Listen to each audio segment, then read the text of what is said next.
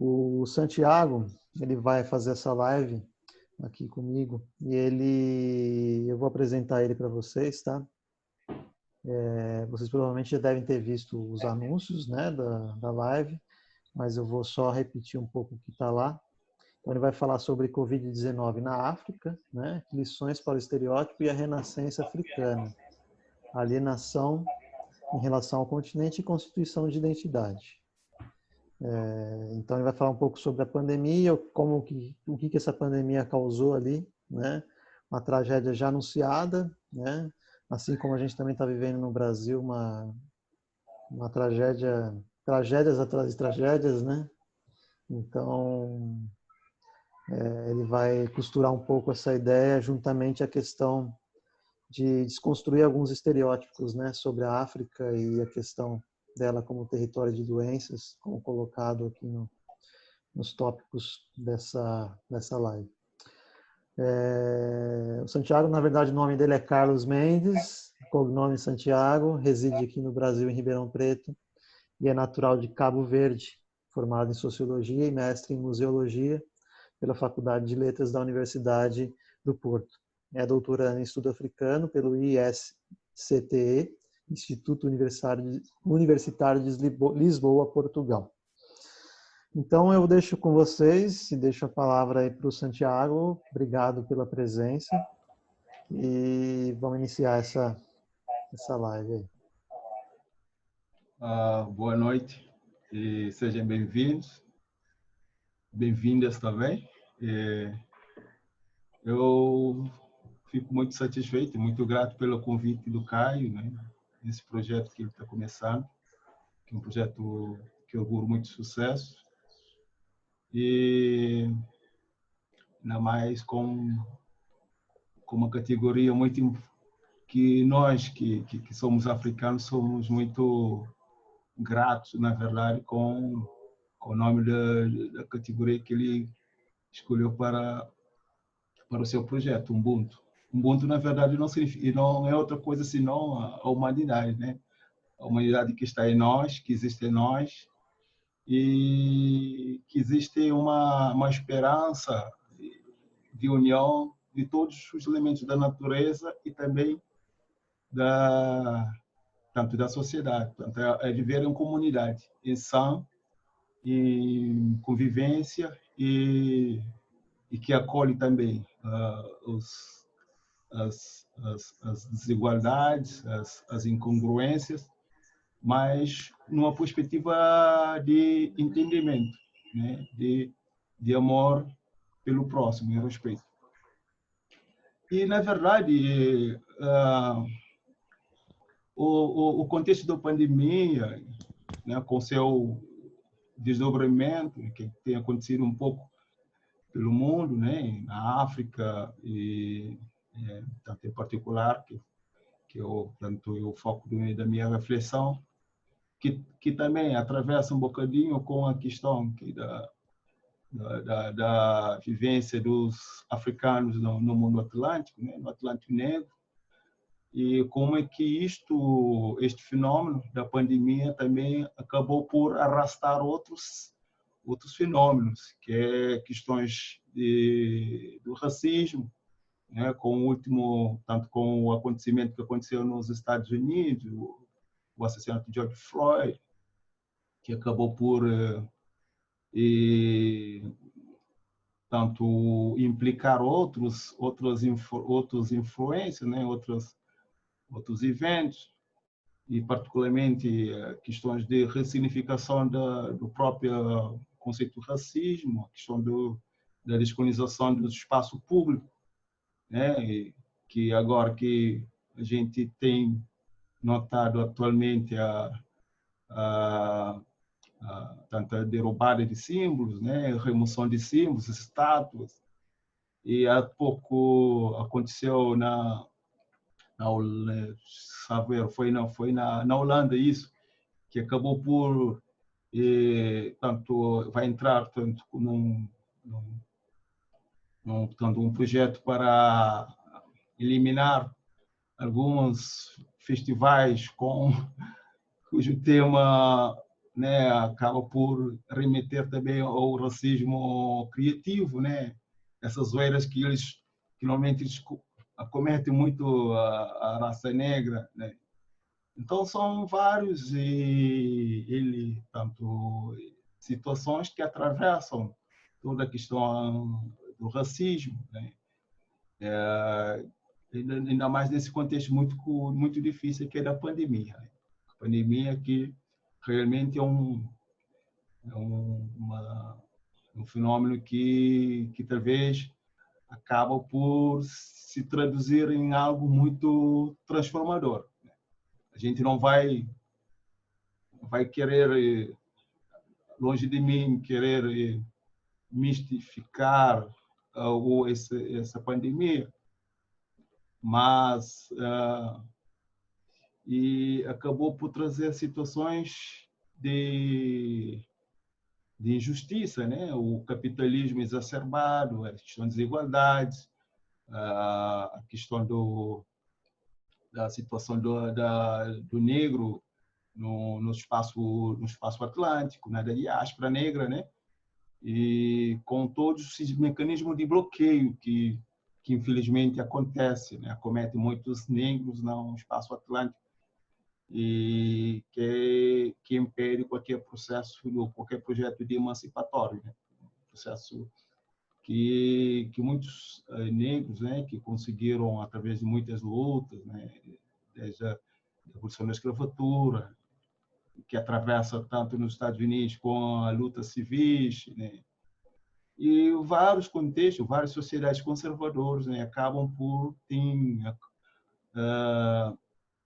ocorrido situações de mudança, né, muitos apelos, muitos movimentos civis, né, que apela também tanto à multiplicidade, à multiculturalidade, tanto várias raças, né, várias etnias, várias sociedades, né, mundiais acabam por aderir, né, esse conscientizar essa situação que na verdade é um problema estrutural, né, que se pretende, né, que se almeja estruturante para a mudança que a gente quer, né? Porque já lá vão muitos anos, né, séculos de injustiça, da violência física, simbólica do negro, da vivência negra no mundo atlântico. E que esse evento, né, que venha os outros eventos, né, que haja esse arrastamento positivo, né, para a mudança, que não seja só um fenômeno, né, que a gente, como sabe, às vezes acaba por se apagar, né, por se esvanecer por conta disso, né, por ser questões de apelo coletivo que as chamas, né, acabam por se enfraquecer. Mas, tirando isto, tem a ver tanto com a questão da pandemia, a Covid-19, na África, que é uma situação que, neste momento, dado a extensão da pandemia, né, que está se propagando bastante, que, inclusive, a OMS estava, né, como é que vaticinando tanto alguma situação de catástrofe, né, que a África vai sofrer muito com a pandemia, que é algo, né, catastrófico, né, que segundo as estimativas da OMS, a África, né, até o final do ano, né, seria mais ou menos de 190 ou 500 mil vítimas, né, da Covid.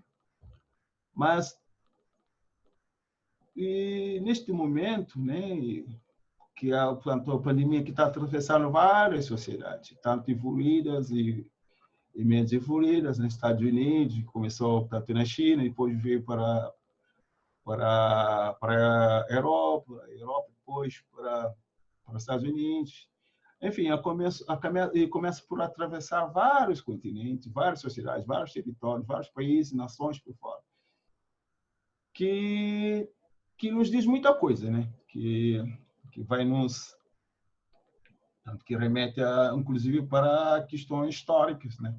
Questões históricas tanto que está relacionado com a forma como as pessoas enxergam a África, né? Que a África é um continente de doenças, de chagas, de mortandade, né?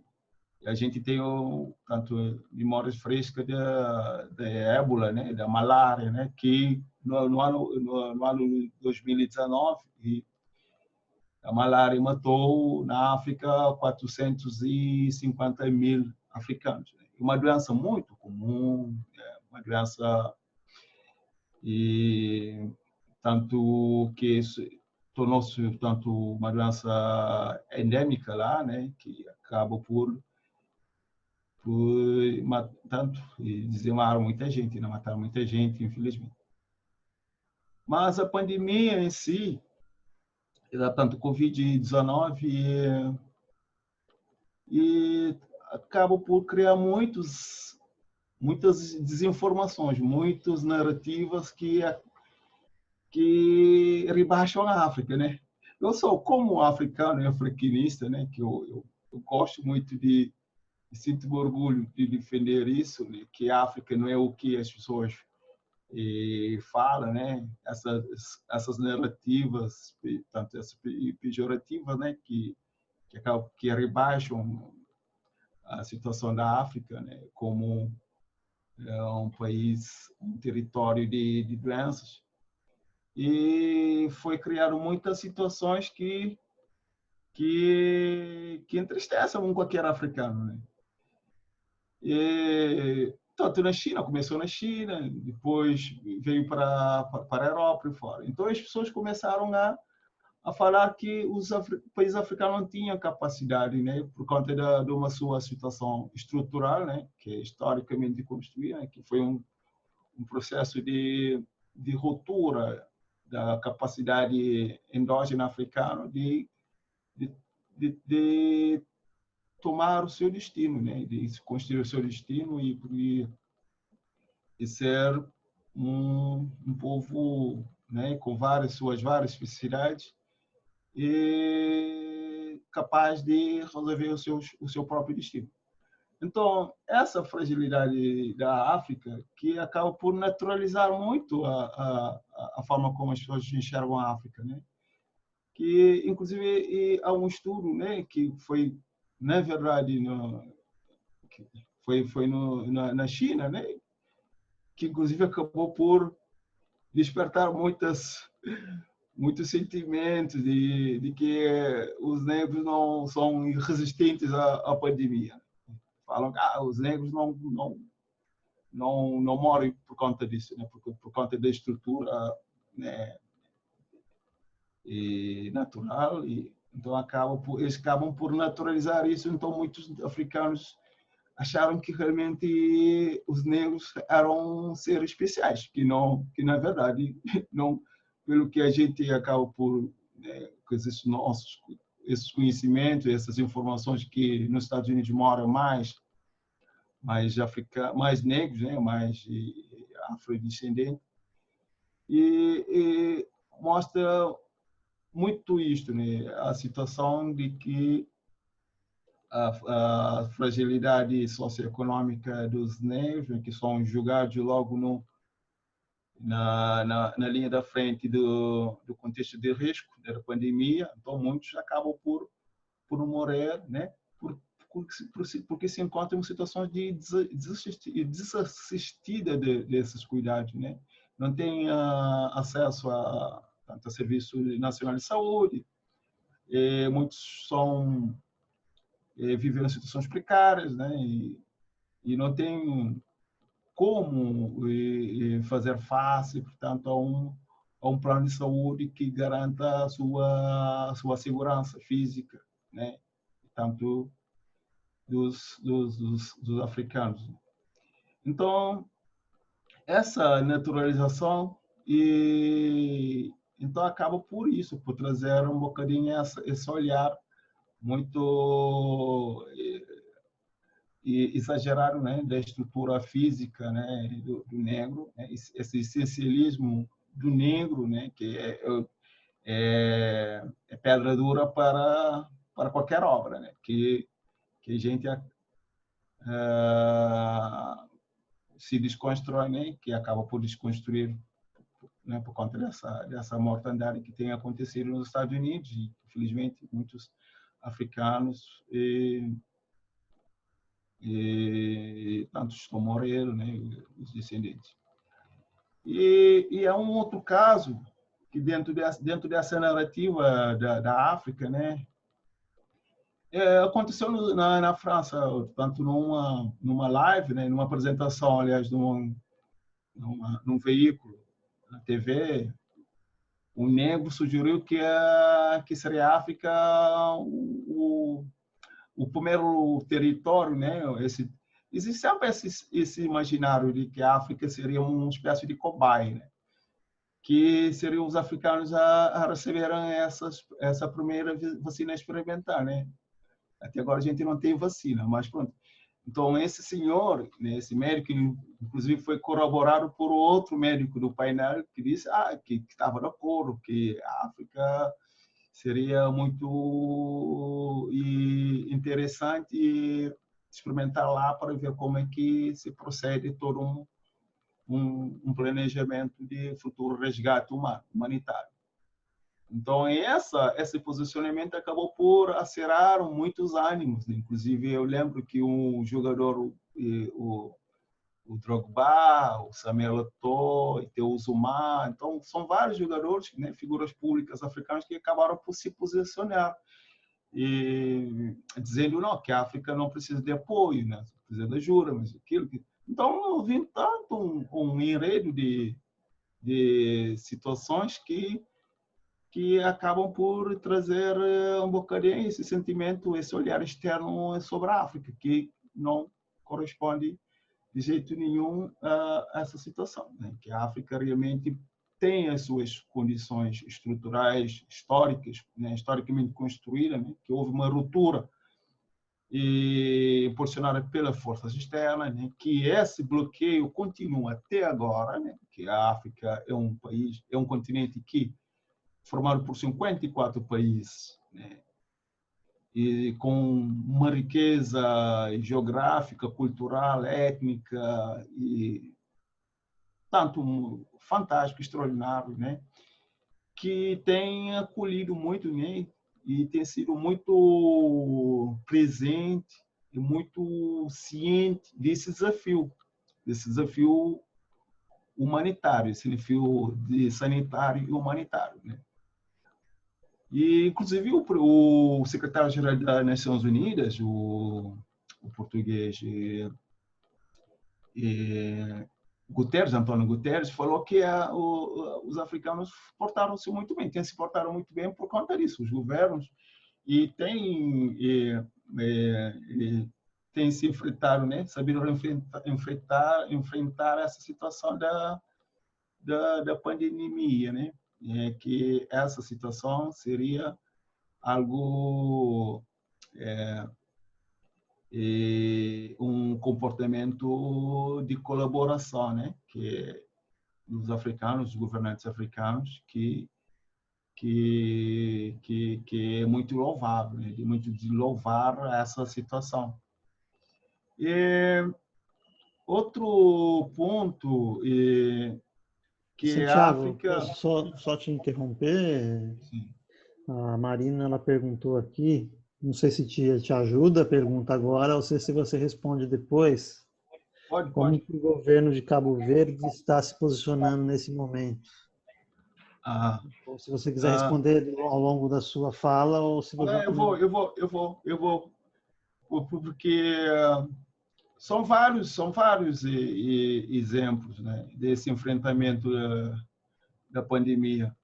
Então, há países anglófonos, por exemplo, estão se posicionando e têm uma estrutura própria, né? Tem uma mentalidade diferente do lusófono, tanto onde Cabo Verde se inclui, né?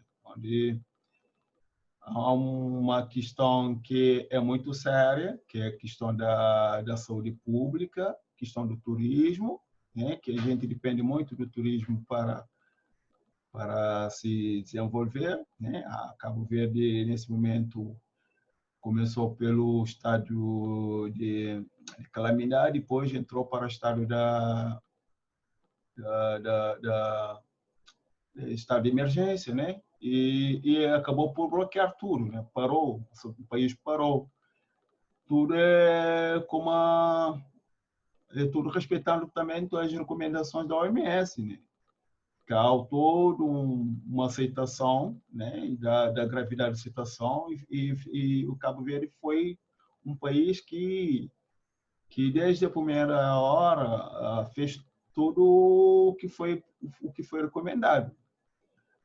Então, neste momento, o balanço não é muito animador, mas é muito encorajador, porque Cabo Verde agora tem tanto 550, salvo erro, 54, não estou lembrando muito bem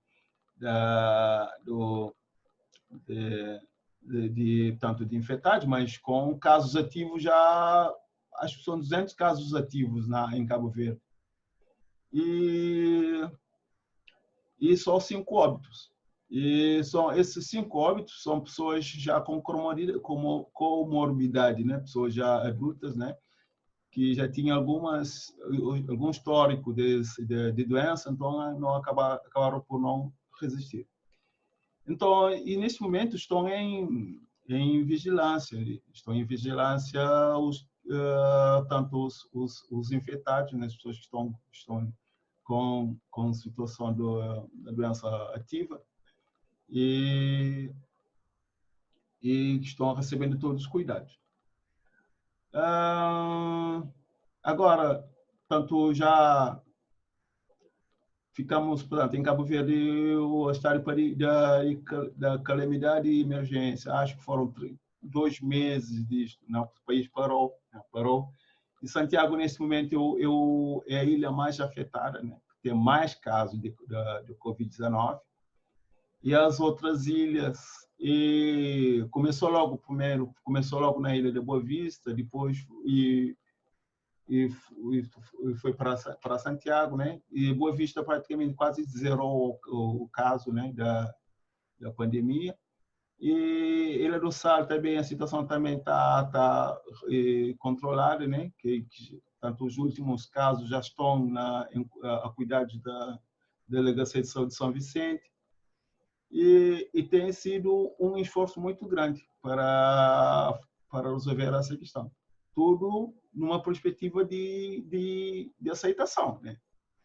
E nós, através das parcerias multilaterais, praticamente com a China, e nós temos uma diáspora também muito presente, que eu, inclusive, vou falar sobre a diáspora africana, que tem ajudado bastante o continente africano, bastante mesmo, que é a contribuição da diáspora para o desenvolvimento da África, e ronda mais ou menos 3 bilhões de dólares, que é muito superior à ajuda pública que estava fixada em 50 milhões, que quase que parou, né?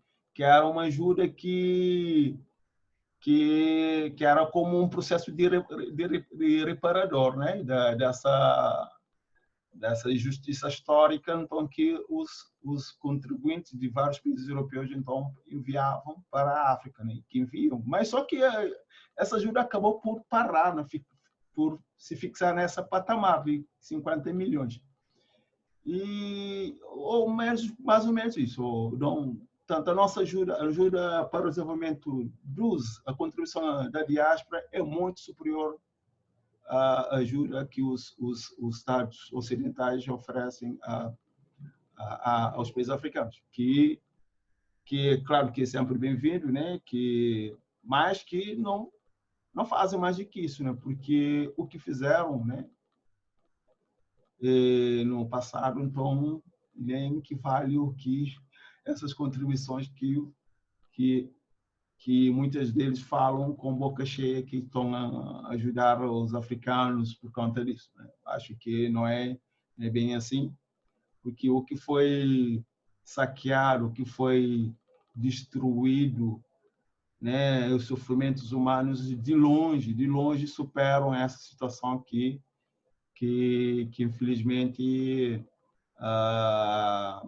os países africanos até agora, né, ressentem muito por conta de um atraso, de uma falta de autoestima, de um bloqueio, né, muito grande, né? Inclusive atualmente o que acontece em muitos países africanos é que a gente lá, que mexendo pauzinhos, né, que bloqueiam, há uma sabotagem muito grande no processo de desenvolvimento da África, muito grande mesmo. E há a conivência de algumas lideranças, né? Normalmente, alguns estudiosos falam que há um processo de autossabotagem de algumas lideranças africanas que acabam por atrapalhar todo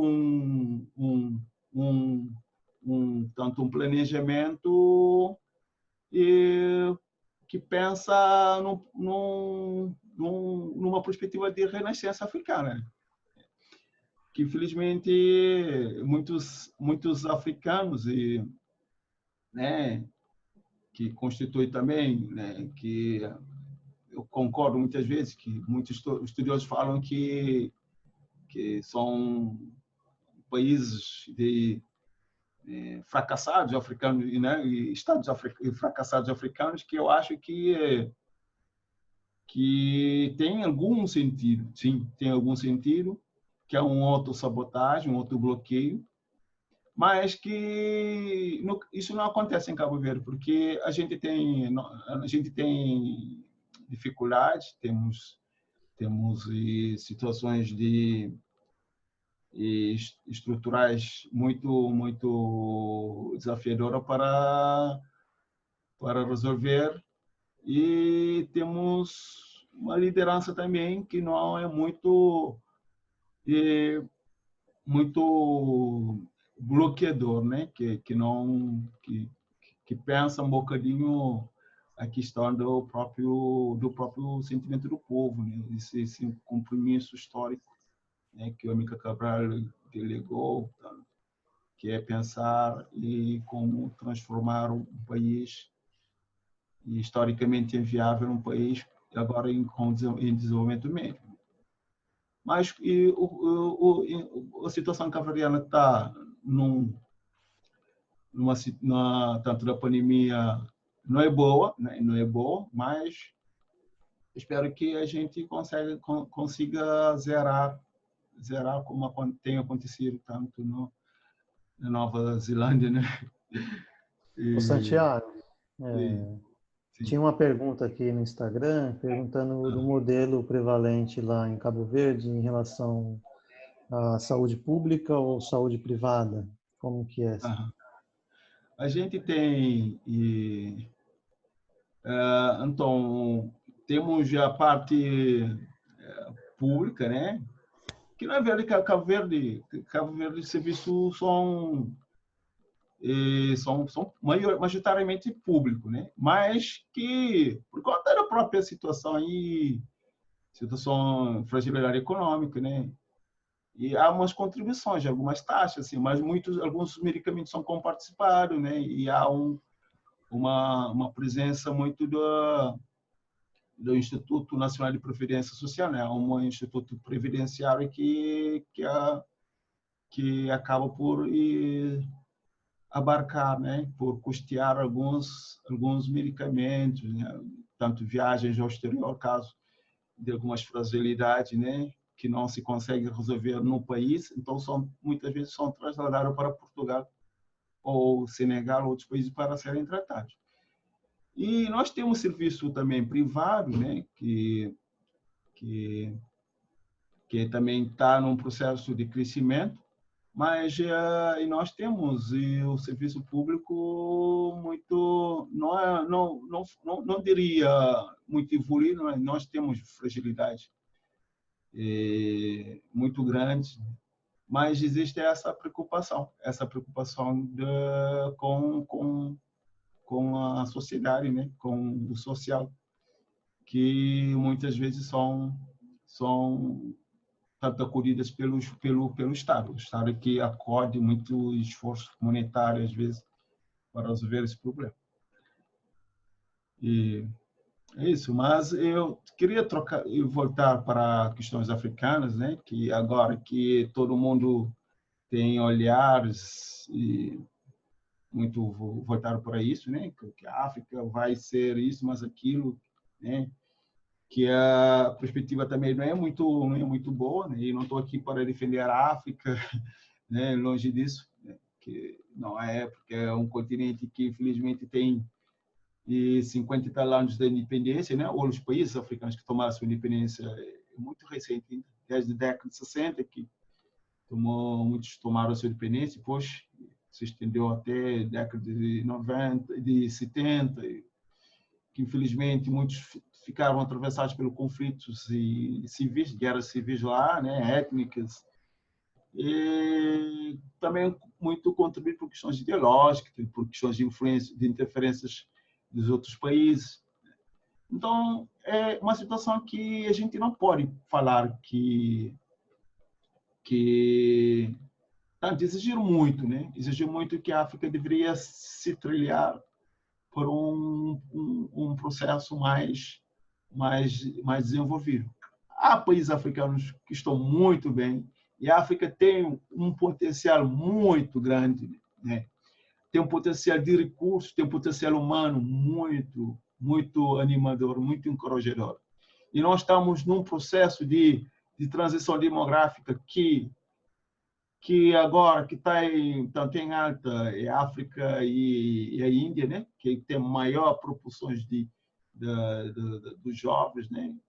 Tem muitos jovens, né? E futuramente até 2040, segundo eu gosto muito de um sociólogo africano, um africanista muito competente, o Carlos Lopes, fala que até 2014, então, os africanos não serão maioria, né? Mas que terão uma presença muito grande na demografia mundial, né? E às vezes eu penso, pô, cara, como é assim? Porque muitos países falam que a África tem um continente superpovoado, que não é verdade. A gente tem 1 bilhão de qualquer coisa de habitantes. E são 54 países, né, e territórios. E a Índia tem muito mais. A Índia é um país só e tem muito mais habitantes, populações do que o continente africano. Mas a questão a seguir é como transformar essas potencialidades para projetar o futuro, né? Com ganhos e com situações de autoestima, né? Que pensa mais em criar uma sociedade mais evoluída e mais justa. Então, esse é um desafio muito grande para muitos países africanos que terão pela frente. E pensar nessa perspectiva de aproveitar essas potencialidades, né?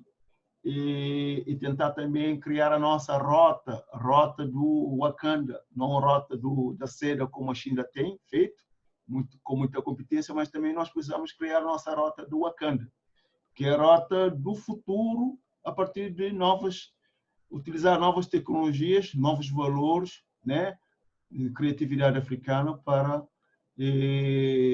projetar um futuro mais encorajador e com grandes ganhos e que haja tanto respeito de todo o povo e pelas conquistas africanas. Caio, não sei se tem alguma pergunta. Tem uma pergunta aqui perguntando quantos casos de Covid na África. Eu estava tentando pesquisar aqui e não encontrei rapidamente. E nesse momento na África são 200... Não, calma aí, vou só, senão... Ou depois a gente Agora, vê, a gente pesquisa e depois a gente são manda. 200 mil casos, né? Tá. 200 mil casos, 200 e tal mil casos de Covid na África, e mais ou menos 5 mil mortos e 5.400 óbitos e 102.639 casos ativos, né? E nesse momento, tanto na África, o país mais atingido é Egito, né? Que foi o primeiro país que teve o primeiro caso da Covid, né? Que foi no dia 15 de fevereiro, se não estou em erro. Depois, a seguir, é África do Sul, Algéria, né? E a Nigéria. Então, são casos muito graves, né? Que a gente não pode negar, escamotear essa situação de gravidade. E tem se progredido muito. Tem se progredido muito em vários países e territórios africanos. E eu queria dizer uma coisa, que a situação africana talvez não tenha havido muitos casos de mortandade, muitos óbitos, tem a ver com isso, com o encorajamento, a aceitação dos países africanos, de muitos países africanos, na verdade, porque há países africanos que passaram ao lado dessa gravidade, né? Que é o caso da Tanzânia, do John Muguli, um líder que acredita que, através das orações, o Covid, portanto, é capaz de tratar o Covid, né? É um cara que, infelizmente, É muito diferente do Brasil, né? Algumas coisas, né? é o Bolsonaro brasileiro, o John Muguli, o Eu nome dele é bem esquisito. vou aproveitar essa deixa, Santiago, para te perguntar uma Aham, coisa, aí depois você aham, segue adiante com a sua fala, tá? tá. Você falou nas barreiras, né? Da Aham. autossabotagem, em alguns países da África. E isso é semelhante ao que ocorre no Brasil? Porque aqui também ocorre muita autossabotagem no desenvolvimento do país, né? Eu De uma forma concordo. geral. É. É semelhante? Na verdade é uma autossabotagem que as elites criam, né? Eles maquinam muito essas sabotagens para travar qualquer processo de desenvolvimento do adversário, do outro, né? Então, nós na África, a gente tem umas elites já assimiladas, né, que veio desde a época do colonialismo, né, que está muito bem, tanto consolidada no país, né, nos seus países, e que muitas vezes capturam o Estado e não deixam tanto os jovens, os outros, tanto cidadãos, né, como cidadãos, para também tentarem uma proposta de desenvolvimento. E muitos dessas elites, desses assimilados, né, da época colonial, e muitos se submetem, portanto, pornograficamente, portanto, aos apetites dos grandes grupos ocidentais. Que não sei se você já viu uma reportagem muito interessante, portanto, inclusive foi um amigo meu que passou no Facebook, né, que é o Pesadelo de Darwin. Aconteceu na Tanzânia, né, que é engraçado que é a terra do presidente que nega a pandemia, né, o John Magufuli. E então é um país, é um caso paradigmático que a ajuda direta estrangeira não tem ajudado muito o processo de desenvolvimento da África. porque o que tem feito é simplesmente travar e levar muito, arrastar muitos cidadãos, muitos africanos para a miséria. E na Tanzânia é um país muito atingido pelo AIDS e a malária. Muitas pessoas morrem lá, né? Muitas pessoas são vítimas desses apetites predatórios dos recursos, né? Porque no Lago Vitória, eles introduziram uma espécie de peixe que acabou por matar, né, dizimar todas as espécies endêmicas. E esse peixe, que nome agora já me escapou, são vendidos para o mercado europeu, né? Chegam lá aviões de russos, da Ucrânia, de vários outros lugares para transportar peixe, né? Esse peixe para as elites europeias. Então, é uma situação muito complicada. Se você for ver que o papel das elites, que são muito predatórios, na verdade, são bloqueadores, que só atrapalham. E, infelizmente. Tá certo, Santiago. Só pode seguir se você... Ok. À vontade. Então, eu queria trazer uma reflexão da questão do renascimento africano, né? Que, na perspectiva também, dentro de um arranjo do racismo, né? que acontece, né? Que tem acometido tanto essa sociedade, e na perspectiva tanto do patrimônio, né? Tantas heranças coloniais, que atualmente está sendo muito discutida atualmente, né? Essa questão de repatriamento patrimonial, né? Que muitos países africanos estão se mobilizando para rever esses objetos. E então muitos africanos, né, inclusive países africanos, né, descendentes africanos na diáspora, então estão se mobilizando para o repatriamento dos objetos. Então é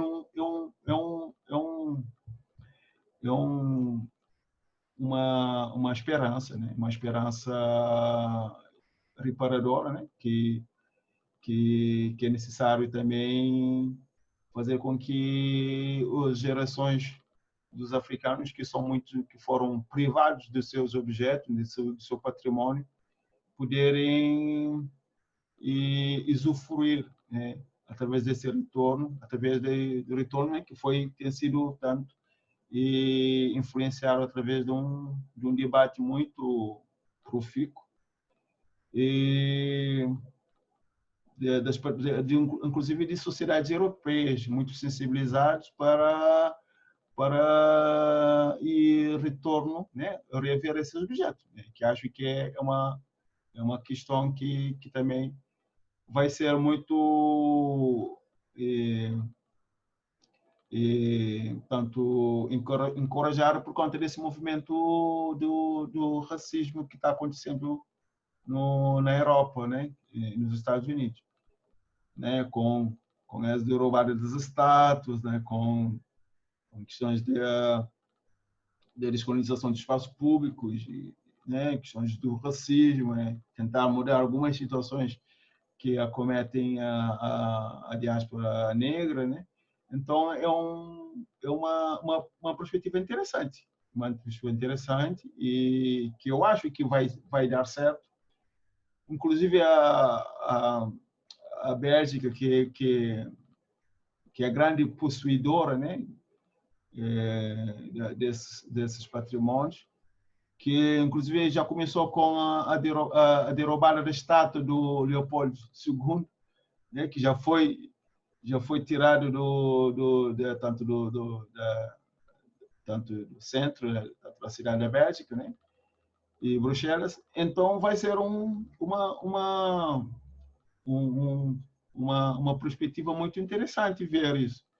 e até que ponto a questão do repatriamento vai ser levada adiante, né? Que isso vai, claro, também vai ser, muito vai depender também do engajamento dos Estados africanos, né, nesse sentido.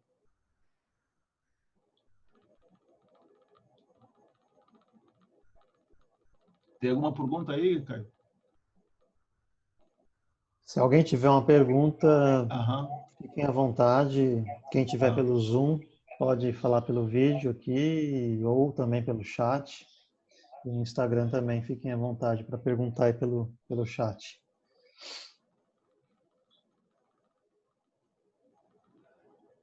Um comentário, alguma pergunta, enfim, um posicionamento.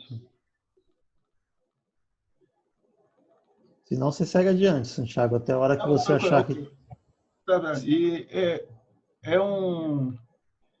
eu queria também trazer para esta reflexão também a contribuição da diáspora, né? Porque a diáspora africana, né? Porque os africanos migram mais no continente, né? E encontra tanto, contrariamente às narrativas que falam que os africanos vieram assaltar, né, foram assaltar a Europa, mas que não corresponde à verdade. Só 20% dos africanos saem do continente, muitos migram para dentro do continente, então há uma circulação muito grande dos africanos dentro do continente africano. E Thiago, muitos é não 20% em relação aos que migram. Isso. 80% ficam lá dentro e 20% saem da África. Alguns vão para a Europa, vão para os Estados Unidos. E muitos desses africanos, né, segundo os dados da Frontex, 96 africanos entram de alguma forma legal na Europa, nos países ocidentais. 96. E dos africanos entram legalmente, de alguma forma, com documentos válidos. E os que tentam a sorte através do Mediterrâneo, né, de imigração clandestina, é muito ínfima, muito pequena. Então, são coisas que a gente precisa trazer também para o debate e ver que realmente os clandestinos que, de alguma forma, por motivações outras, tentam a sorte através de uma aventura que acaba por ser muito dolorosa, né? Que muitos acabam por falecer, né? Mas é uma coisa muito ínfima, muito pequena, que não corresponde às narrativas que muitas vezes que a mídia passa, né? Os africanos foi encontrado tal tanto no mar Mediterrâneo ou ocidental saltar tanto através do oceano, que são números muito inferiores, que não muito significativo, que os ocidentais estão mais fora, migram mais do que próprios africanos, que não, se formos ver, né, fazendo essa comparação, que é uma coisa que realmente deixa muito, portanto, a desejar, né? Deixa muito a desejar nesse aspecto. Porque há várias narrativas, né? Várias falaciosas que atrapalham, né? Que atrapalham muita gente, que falam sobre a África de uma forma muito mentirosa, né? Que não corresponde de jeito nenhum à verdade. E a diáspora africana, nesse momento, está muito presente, tem confiança na África, né? E tem confiança na África, a ajuda, né? As remessas dos imigrantes têm entrado com muita força, com muito engajamento, que infelizmente, por conta da situação da pandemia, essa remessa essas contribuições vão cair bastante, né? A sociedade africana vai sofrer muito por conta dessas remessas, né? Porque infelizmente muitos vão perder os empregos, nós já perdemos o emprego, então não terão como contribuir para o processo de desenvolvimento da África, infelizmente. Mas há um esforço muito grande da diáspora, né? Que tanto a diáspora que faz um trabalho de ressignificação do continente, todo o processo histórico do continente, reformula todo a nossa herança, né? O nosso sofrimento. Então, são situações que, de certa forma, a gente acaba por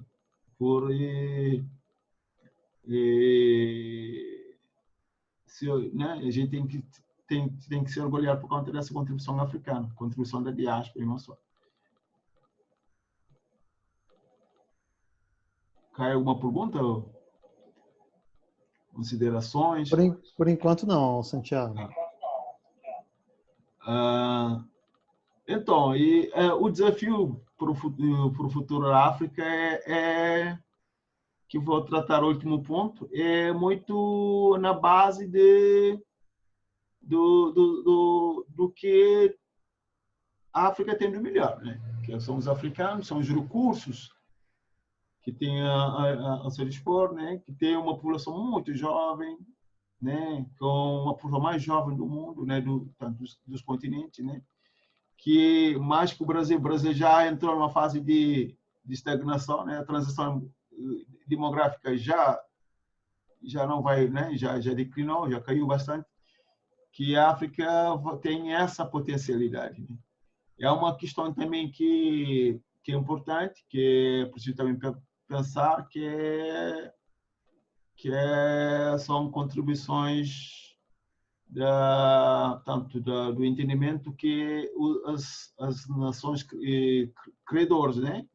Porque por conta da dívida externa, então há um movimento para ver como as negociações dessas dívidas vão ser suavizadas, né? Também é um desafio muito grande que tem atrapalhado muitos países, né? E por conta disso.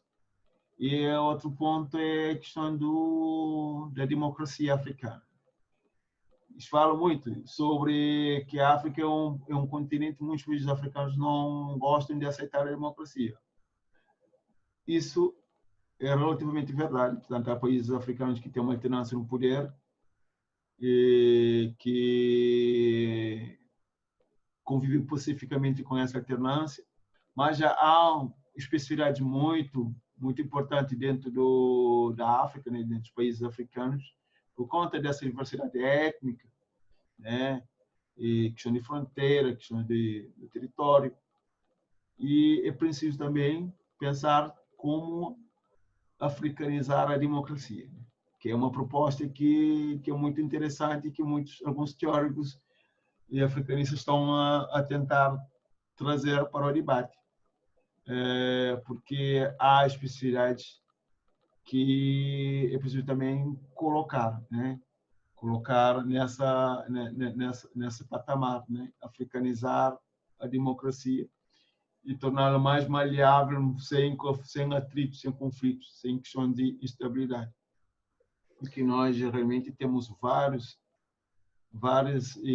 tanto de diversidades, né, africanas, desafios africanos que precisam ser avaliados, né, e serem tanto pesadas e tanto que haja também contribuições também de vários grupos, né, que não sejam uma minoria que controlem todo o processo. E também é preciso só para terminar,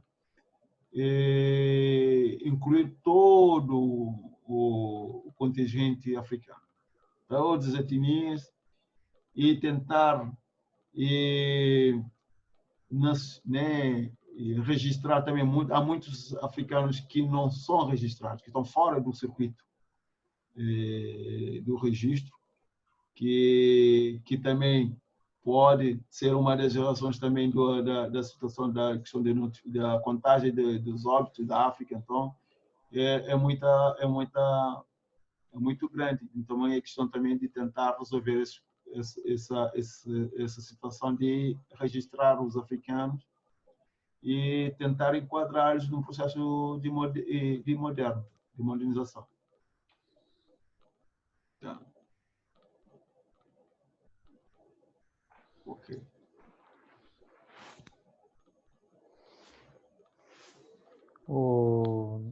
Santiago, o que seria africanizar a democracia? Africanizar a democracia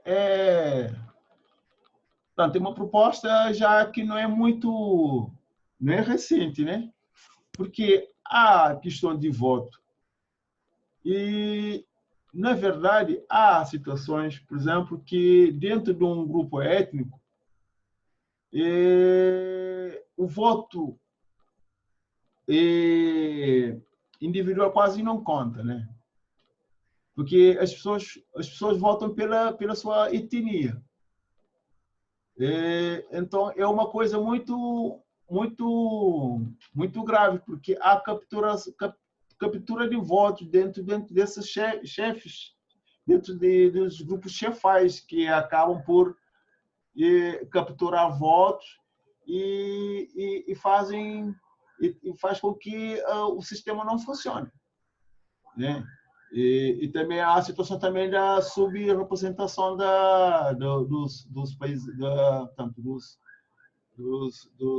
vários grupos étnicos africanos. Então, quase que acabam também por se sentirem muito subrepresentados, né? Daí também essas questões de conflito, questão de identidade, portanto, porque há casos dentro tanto só para dar exemplo, o caso do conflito étnico no Ruanda, por exemplo, é uma situação também de históricas mal resolvidas, né?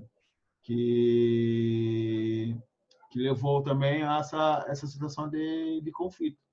Então, são várias situações que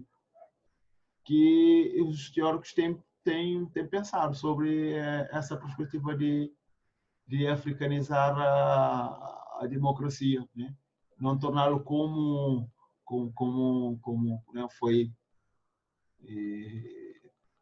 né, como foi configurado pelos ocidentais, pelos europeus, mas ter uma democracia africana com vários grupos étnicos, vários grupos chefais também que são representantes das comunidades. E na África existe a convivência das comunidades tradicionais e comunidades também modernas, né? Dentro de uma nação moderna e comunidades tradicionais. Temos reinos dentro do Estado. Então, são situações muito complexas que é preciso realmente pensar em como incluir essas contribuições, essas especificidades num projeto modernizador, mas que seja inclusiva, né? Que haja uma participação de vários grupos, que não hajam situações de subvalorização ou sobrevalorização de um grupo étnico em detrimento do outro. A situação existe muito em alguns países, né, que inclusive acabam por entrar em conflitos porque eu não tenho grupos que pertencem que não são representados nas assembleias. Então são várias situações que as comunidades muitas vezes sentem-se subrepresentadas, né? E que acham que não pertencem a essa nação, que ao fim e ao cabo que é simplesmente a questão desse recrutamento, né? Que é preciso trabalhar, pensar nessa perspectiva. Legal. E aproveitando o gancho também do que você colocou no teaser da live, O que falta para a questão, né, do repatriamento das obras, né? No que se refere às relações multilaterais, o que está faltando aí para que essas obras sejam repatriadas? Então, e sobre as obras africanas detidas nos países ocidentais, existe tanto uma complexidade, né? Existe uma complexidade muito difícil ser resolvida assim a curto prazo. A breve trecho, por exemplo, a Nigéria e a Inglaterra, a Grã-Bretanha, portanto, tem sido muito resistente, né? Enquanto que há países que mostraram-se muito disponíveis para ceder algumas peças representativas das comunidades africanas.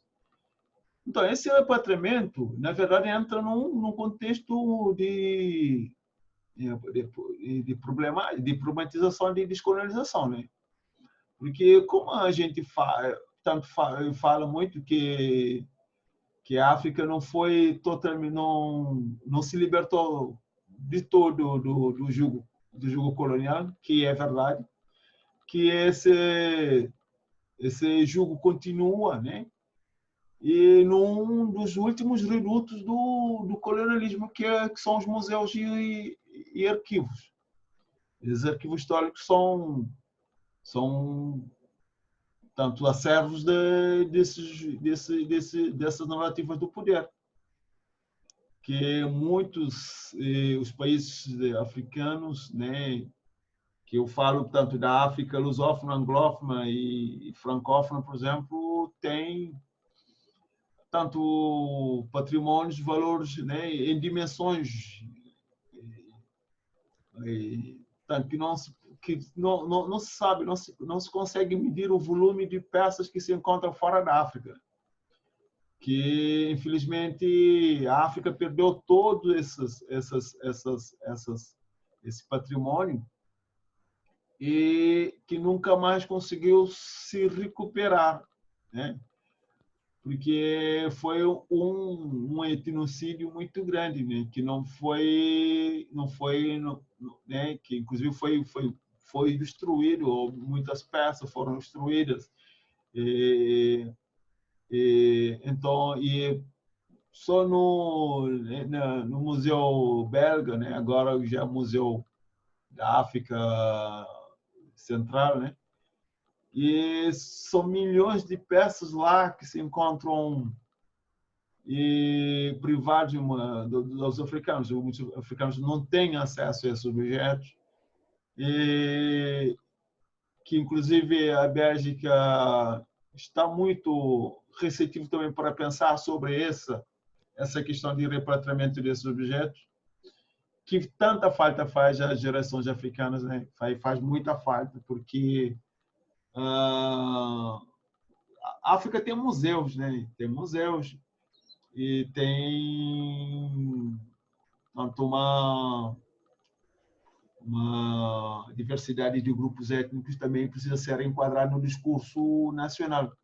Então, pensar nesse aspecto de trazer esses objetos também para esses países, né?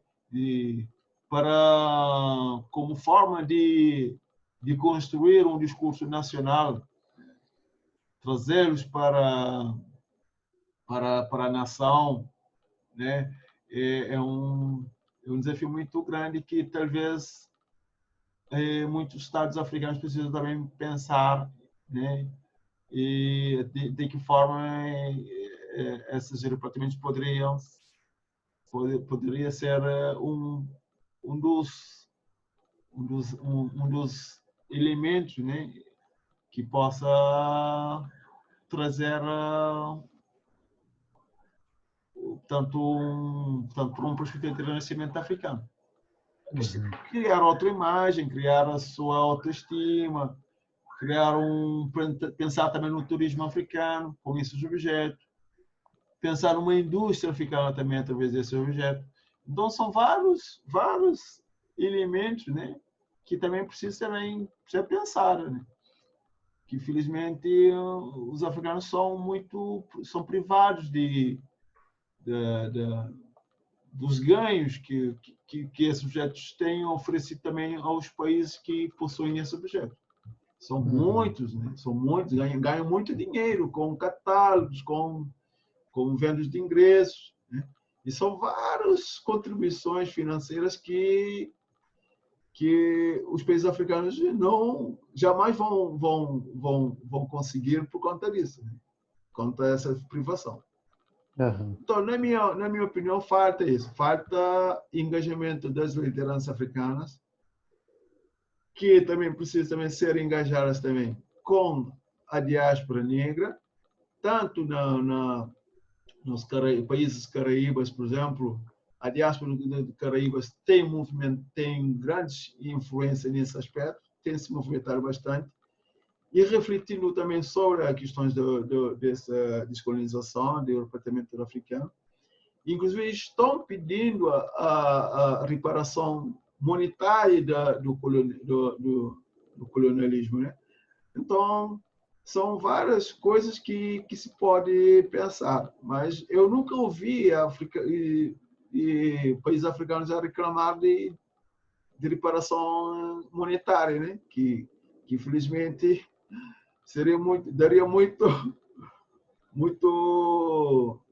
jeito, entre aspas, né, aos países africanos, mas infelizmente eles não têm colocado esse aspecto nas agendas. Uhum. Legal. O Santiago, tem uma pergunta do Fábio, eu acho que ele já saiu da sala, mas eu vou deixar aqui, porque como a live é gravada, depois de repente, ele pode assistir, né? E aí, depois dessa pergunta, se você já quiser finalizar, tá? E fazer suas considerações finais, a gente já pode se encaminhar para o final desse evento. Existem regiões, países africanos que estabeleçam alianças mais próximas no sentido de fortalecer a democracia? Existe. Então, como eu falei anteriormente, existe uma influência muito grande da diáspora africana, né? E há uma conexão muito presente, né? Que a diáspora, como está muito conectado com o processo, com o contexto europeu, né? E eles têm contribuído muito nesse processo democrático. Caso do meu país, Cabo Verde, por exemplo, nós tomamos a nossa, entrou no processo democrático muito também devido à pressão da diáspora africana. E também algumas instituições internacionais e própria dinâmica que foi forjada na época, na década de 90. Então, existe essa pressão, né? Essa contribuição também tanto da diáspora negra nos Estados Unidos e na Europa, né? E que estão pensando muito seriamente sobre como transformar a África num feudo democrático, mas com uma configuração outra, né? Que não deve ser pensado como o Ocidente pensa a democracia, mas com um arranjo totalmente diferente. Que acho que é um desafio muito interessante, que dentro dessa perspectiva de africanização da democracia, né? Porque acho que esse é o desafio, né? As cidades, por exemplo, que são muito, né, que captura a democracia, que captura todo o processo democrático, autocrático, né, que acabam por atrapalhar muito o desenvolvimento. Então, pensando nesse aspecto, né, e como configurar uma democracia para a África mais inclusiva, né? E acho que é um caminho muito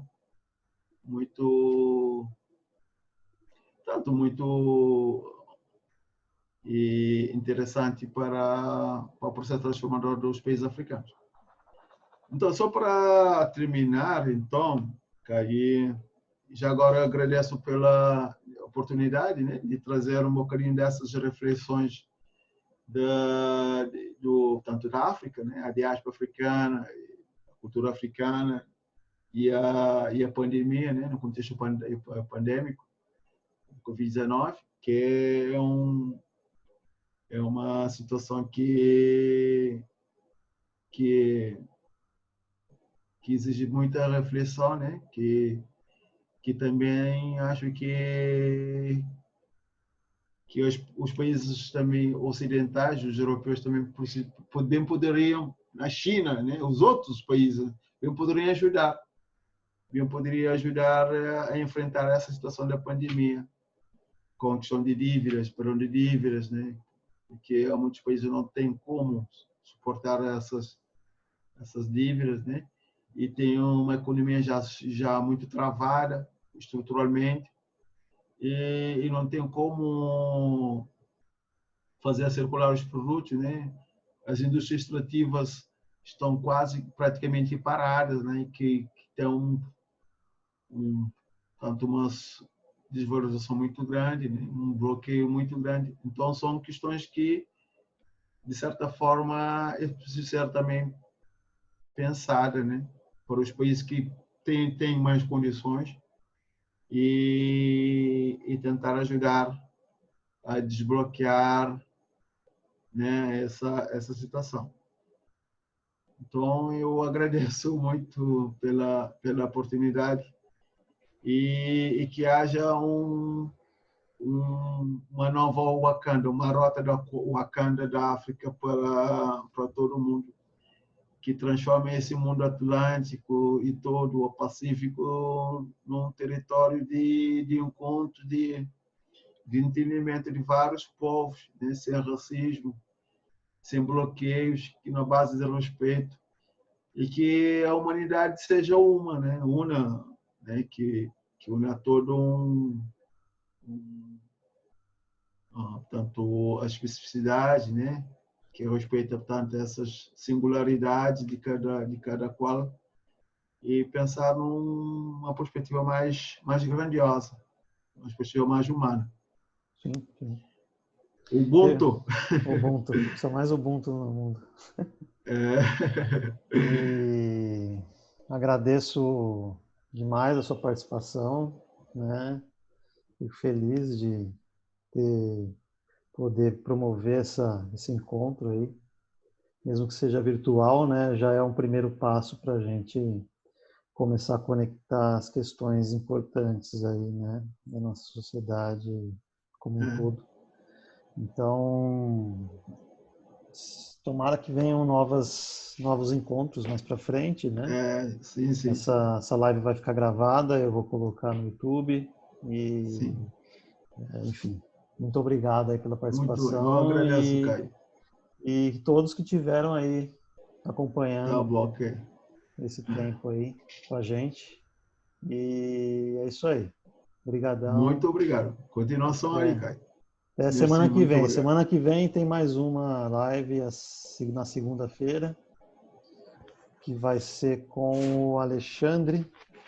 Deixa eu só abrir aqui o arquivo. Alexandre Mantovani, que é um psicólogo, psicanalista, e ele vai falar sobre o inconsciente e a experiência do sagrado nas religiões afro-brasileiras. Muito interessante. Segunda-feira, às 8 da noite. Um horário diferente. No invés das 8h30, vai ser às 8. É isso aí. Muito obrigado. Valeu, cara. Continuação. Até. Merci, muito obrigado. Até a próxima. Tchau, tchau. Tá bom. Tchau, tchau.